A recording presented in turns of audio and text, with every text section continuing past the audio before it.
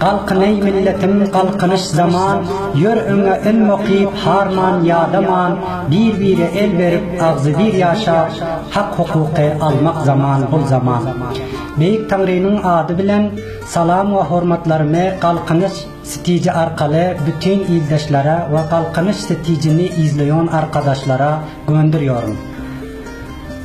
Hüşyar bol barlap bas yürüyecek yerin, hıclık bilen sonra akdırma derin, mahkemle dostuna aytsan bir sırın, düya buğday artma, çuval boğulma.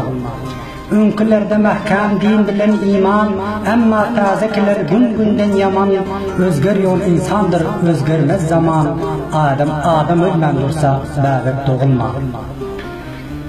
Bir acize ganim zora duş gelte, onam urcak bolar yakindaş gelte, geçen şakla oyun gelte koç gelte, zor kimligin bilmez şahı dövülme.